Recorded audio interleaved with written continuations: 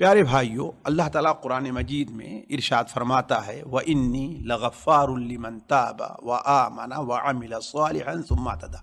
یہ سورہ طٰہٰ کی ایک آیت ہے جہاں بنو اسرائیل سے اللہ تعالیٰ فرماتا ہے کہ وَإِنِّي لَغَفَّارٌ لِمَن تَابَ، اور بلا شبہ میں یقیناً غفار، بہت زیادہ گناہوں کو معاف کرنے والا ہوں۔ لیکن یہ گناہوں کی معافی کس کے لیے ہے؟ یہ چیز میں آپ کے ساتھ آپ کی زبان میں شیئر کرنا چاہتا ہوں۔ تو اللہ تبارک و تعالی نے گناہوں کی معافی کے اس آیت کے اندر 4 سبب بیان کیے ہیں کہ 4 کام جو بندہ کرتا ہے اللہ تبارک و تعالی اس کے گناہوں کو معاف کر دیتا ہے، اور اللہ جس کے گناہوں کو معاف کر دے اس کی خوش نصیبی کے بارے میں کیا کہا جا سکتا ہے۔ تو وہ 4 کام کون ہیں اس آیت کے اندر بیان کر دیے گئے ہیں۔ پہلا کام لمن تابا، جو انسان توبہ کرے۔ اگر انسان توبہ کی شرطوں کو مد نظر رکھے تو اللہ تبارک و تعالی اس کی توبہ قبول کرتا ہے، خواہ اس کے گناہ جتنے زیادہ ہوں، پہاڑ آسمان زمین کے برابر ہی کیوں نہ ہوں، اللہ تعالیٰ ان کے گناہوں کو معاف فرماتا ہے۔ اللہ تعالیٰ فرماتا ہے قُلْ يَا عِبَادِيَ الَّذِينَ أَسْرَفُوا عَلَىٰ أَنفُسِهِمْ لَا تَقْنَطُوا مِن رَحْمَةِ اللَّهِ، آپ میرے بندوں سے کہہ دیے، ان بندوں سے جنہوں نے اپنے آپ پر بہت ظلم کیا ہے، کیا لا تقنطوا من رحمت اللہ، اللہ کی رحمت سے نا امید نہ ہو۔ کیوں؟ انہ یغفر الذنوب جمیعا، وہ تمام گناہوں کو معاف فرماتا ہے۔ کیوں؟ انہ هو الغفور الرحیم، وہ معاف کرنے والا اور رحم کرنے والا ہے۔ دوسری چیز جو ہمارے آپ کے گناہوں کی بخشش کا سبب بن سکتی ہے وہ چیز ہے ایمان، ایمان لے آنا۔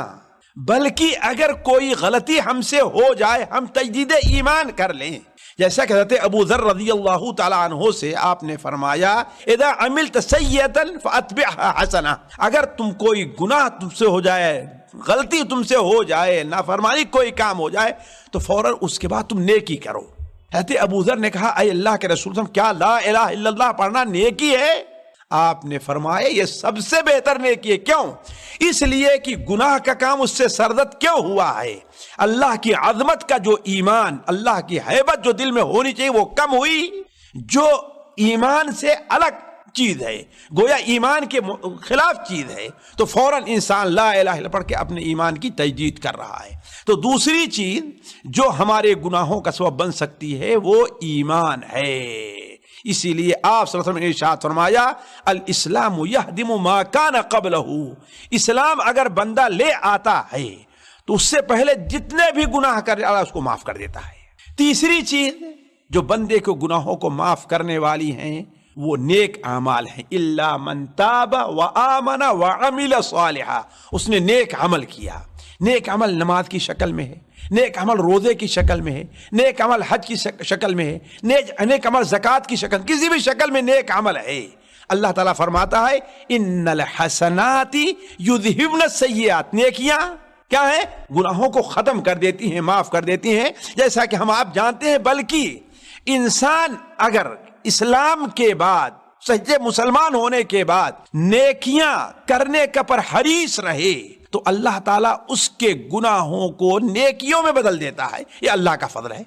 چوتھی چیز جو ہمارے اور آپ کے گناہوں کا سبب بن سکتی ہے ثم اہتدیٰ ہے، پھر ہدایت کے راستے پر وہ چلتا رہے، اسی پر جمع رہے، اڑا رہے، نیکی کے کام کرنے کا خواہش مند رہے، وہ دین کی مجلس میں حاضر ہوتا ہے، دین کی بات پہنچاتا ہے، لوگوں کے فائدے کا کام کرتا ہے، راستے سے تکلیف دہ چیزیں ہٹاتا ہے۔ کوئی بھی نیکی کا کام ہے، کسی بھی قسم کا ہے، ہدایت کے جو راستے اللہ نے مطلب کوئی بھی کام ہے، حتیٰ کہ مسجد کی طرف گھر سے نکلتا ہے تو قدم رکھتا ہے تو اللہ تعالیٰ اس کے ایک قدم پر اس کے گناہوں کو معاف فرماتا ہے۔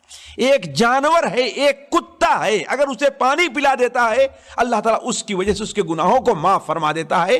تو یہ 4 چیزیں میرے عزیزوں، میرے دوستوں بڑی اہم چیز ہیں جن کا ہمیں اور آپ کو اہتمام کرنا چاہیے تاکہ اللہ تعالیٰ ان کے ذریعے سے ہمارے آپ کی گناہوں کو معاف فرمائے اور دین کے راستے پر ثم اہتدیٰ انسان چلتا رہے، نیکی کے کام کے اوپر حریص رہے، دین سیکھنا ہے، دین کی بات پہنچانا ہے، لوگوں کو بھلی بات لوگوں سے بھلی بات کہنا ہے، لوگوں کے فائدے کی چیزیں کرنی ہے۔ یہ سارے کام ہمارے گناہوں کے معافی کا سبب بنیں گے۔ اللہ تعالیٰ ہمارے اور آپ کے تمام گناہوں کو معاف فرمائے۔ والسلام علیکم ورحمۃ اللہ وبرکاتہ۔